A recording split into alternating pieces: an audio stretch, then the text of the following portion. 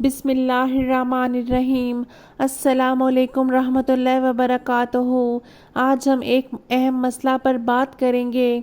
एक सहाबी ने रसूलुल्लाह सल्लल्लाहु अलैहि वसल्लम से शिकायत की कि एक शख्स है जिसे ये ख्याल होता है कि नमाज में कोई चीज़ यानी हवा या रीह निकलती मालूम हुई है।